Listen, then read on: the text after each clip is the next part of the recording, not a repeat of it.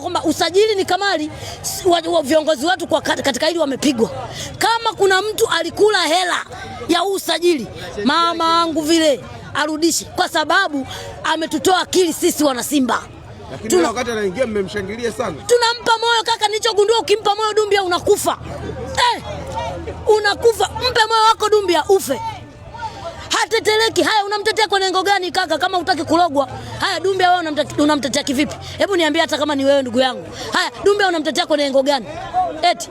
Haya, Dumbia amejipiga ngwala mara 5. Dumbia amewafokea wenzie mara 10. Dumbia amegonga besela mara 1. Amedondoka sio chini ya mara. Haya, kipi kikubwa hicho kifanya? Alafu wachezaji wa timu pinzani. Yeye sasa kiuhalisia Dumbia ni namba 6. Sio mshambuliaji. Acheze namba 6 au namba 4. Tunavyocheza vyote sisi tunacheza pungufu, na hili lazima tuliweke sawa. Kwenye swala la ushambuliaji huyu Dumbia watu msimseme mnamtoa mchezoni. Haya, Dumbia yuko kwenye mchezo gani baba? Yaani Dumbia anacheza nini? Unamtoa mchezoni mtu ambaye hayuko kwenye mchezo. Wewe mchezo gani unazungumzia? Kwa sababu kocha anazidi kumtumia. Nisikilize. Hana namna sasa. Ampe nafasi Mgunda, apate nafasi acheze.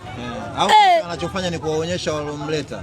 Kwa inawezekana pia kwamba mimi Mungu wangu, nani alimuona Dumbia? Yaani tuanzie hapo. Yaani ilikuwaje? Wewe ndio unamlaumu na ulia naye. Yaani mimi nikimjua mimi namloga kwa sababu hawezi kutufanya sisi ni wapuzi. Nani alimuona? Yaani ilikuwaje mpaka akafunga safari na alilipiwa nauli ya ndege akamfuata Dumbia?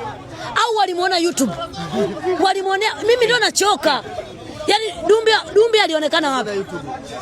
Wapi? Itakuwa. Haiwezekani ujua kabisa huyu au tumalize utata.